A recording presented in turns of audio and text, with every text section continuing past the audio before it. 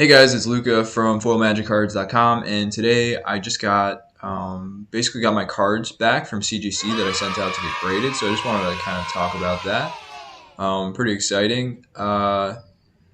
So basically, my history of grading, I sent out about 170 cards to BGS in February of 2021, and I still have not got them back. But I do expect. I've talked to my rep at BGS, and he said that I'm supposed to get the cards back in a month or two. So pretty excited about that. But other than that, this is the biggest submission that I've done, and it's kind of just to test the waters. I sent out 18 cards to CGC. For those who want to think about the differences between CGC and BGS, CGC definitely gets your stuff graded faster and cheaper. Although BGS may be getting back up to speed, they had a huge, kind of like a glut of orders that they were trying to get through. And between COVID and between like all the Pokemon submissions, I think they really just got bogged down. But I think they're going to be kind of back up to speed. But in general, that's kind of the trade-off that I see. I think BGS among the graded Magic community is a little bit more trusted. Although when it comes to the foils, like if you're going to get a Black Lotus graded or, any of like the Alpha Beta, it's definitely like BGS is the way to go. But I have noticed with the foils, because the foils have been kind of a recent phenomena, and because BGS was kind of down during that period of growth in the foils, the majority of old frame foils are actually graded in CGC. And I think there's a possibility that it may become kind of standard for people to grade the foils in CGC. It's still to be seen. We've also done kind of statistical studies trying to compare the prices of CGC versus BGS, and they're pretty comparable. BGS is like barely more expensive, assuming it's like the same card, same grade. So what's the process? So the process is you basically, well, for us, first, we're very careful with which cards we send out. We only send out the cards, especially with the foils, with super high quality surface. And yeah, then you print out this kind of thing. You tell them exactly what cards you're going to send. So here you can see we sent out Jaloom Tome, 2 Crows and Colossus, Skull Scourge, Overlaid Terrain, Complex Automaton, Selfless Exorcist ×3, Telekinetic Bonds ×2, Hint of Insanity ×3, Kamal, Pit Fighter, Traveling Plague, Valia Boulders, Elvis Champion. So how did I pick these? I basically picked these because these were the best quality cards I had, and I only sent foil rares. So these, out of all the foil rares that I had in my inventory, available inventory, I sent out the ones that seemed like they had potential to grade highly. Remember, when you're grading these cards, basically any little blemish is going to really set you far back. So you really want to send out your cards that are basically pack fresh or as close to pack fresh as possible. Also, you'll notice my return shipment address, I had them sent to my PWCC vault. So this is super nice. I think in another video I'll kind of talk about why I use the PWCC vault, but it just lets you do lots of cool stuff. And for those of you who don't want to have lots of expensive cards lying around in your house, you kind of need to store them in some place anyway. So I think why not, given that you kind of have to store your cards someplace, I think PWCC is a really good solution. I've been really happy with PWCC. I've been using them for about 2 years now. Yeah, so that's kind of the process. You basically outline exactly, you ship them out, and then let's see, when was this done? I'm trying to see. Oh, so this was in April 7th, and now it's May 17th. So that's pretty quick between the time that I kind of created this order, then shipped them out, then got them back. So a little bit over a month. So it's super fast, especially compared to my BGS order, which has now been about 15 months, and I haven't got it back from BGS yet. So yeah, so let's look at the results. So a very cool thing you can do with PWCC is you can share parts of your inventory. So I've created basically a collection of these 18 cards that I submitted, and I'll put a link in the description as well. So actually probably the most expensive card that I graded was this Elvis Champion. And it graded super well. 9.5 centering, surface, edges, and corners are 9. For those who don't know, basically to get a 9-5, you need to have 3 9-5s and a 9 at least. So if this 9 was like an 8-5, or if one of these 9-5s was a 9, if I had like 2 9s, 2 9-5s, then it becomes a 9. It's no longer a 9-5. So basically, I barely made the grade as a 9-5, and 9-5 usually have a really nice premium. In another video, I'll talk about what kind of premium you can expect, but I think you should expect at least like a 2x of the raw, somewhere between a 2 and a 3x of the raw value. So let's just take a look at what this raw value is.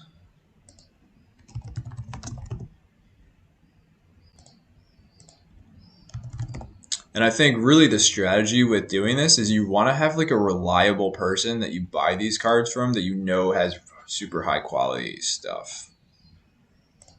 That's kind of the secret sauce. Okay, so the near mint foil is about 400 right now. So I think, yeah, you should expect it to a 9-5 to be worth around $1,000, I'd say. Although always keep in mind that these graded foils are extremely illiquid, which means they're very hard to find buyers for. But that doesn't mean that they don't have a lot of value because they're super, super rare. Like, I'm not sure how many of these exist, but you know how many 9-5s, Elvis Champion 7th foil. But I would imagine less than 10 of them exist, right? So it's also a very iconic card. There are definitely people who collect specifically elves. I've had these people contact me for cards. So yeah, so let's go to the next. Next is Valia Boulders. Actually got a 10 in centering. And yeah, not too much to say here, but still pretty awesome grade. Some people call this a quad.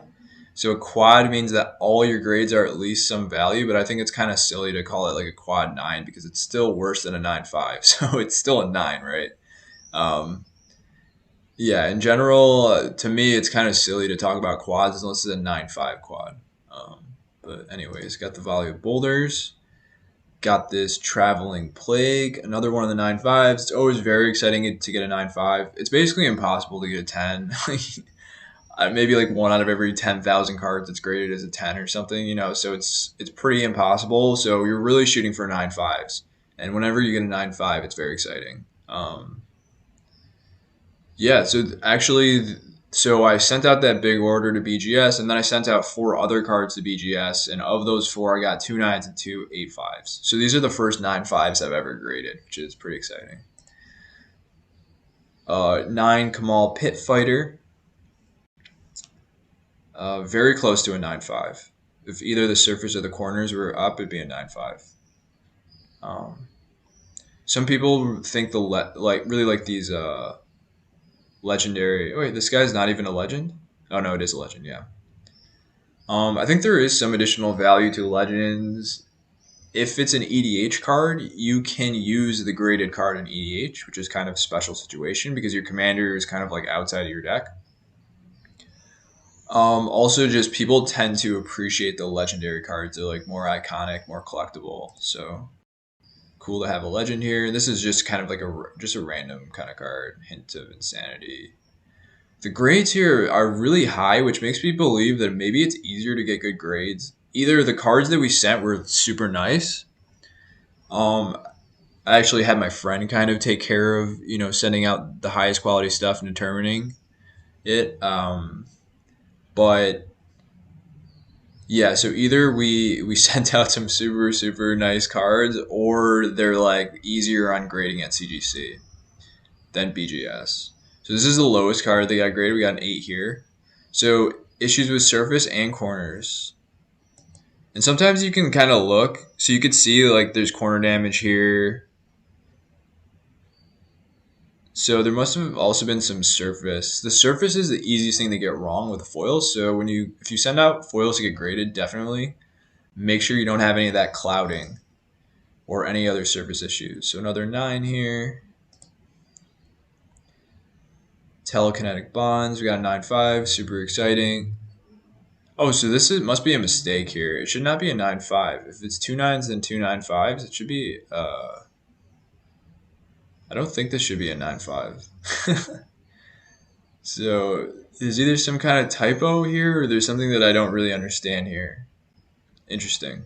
Or maybe they use a different system than BGS. I don't know. So 8-5 here. I think 8-5 is kind of like the typical thing you should expect if you're grading like a pack fresh card. I think that's kind of like the average. Getting a 9 or 9-5 is pretty exciting. Okay, so we got 9 here, Selfless Exorcist. Again, like there's nothing really special about this card. It's kind of like a crap rare, but in my opinion, I'm grading these cards because I think set collectors are going to want one of every card. So thinking about it that way, basically all these crap rares will have the same demand from a set collector that like a really nice rare would. Complex Automaton. So super bad surface grade basically brought this one down to an 8-5.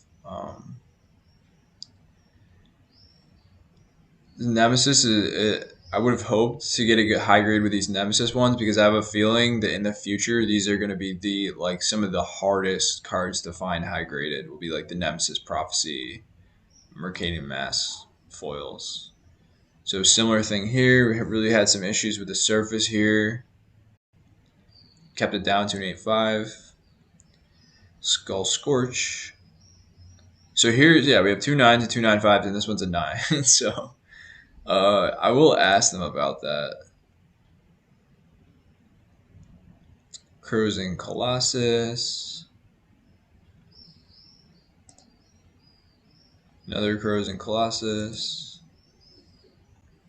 Jaloom Tome. So 7th edition cards are probably the most exciting ones to get high graded, so that's pretty sweet that this one got a 9. If we check what is a Jaloom Tome, it's probably like $200 or something.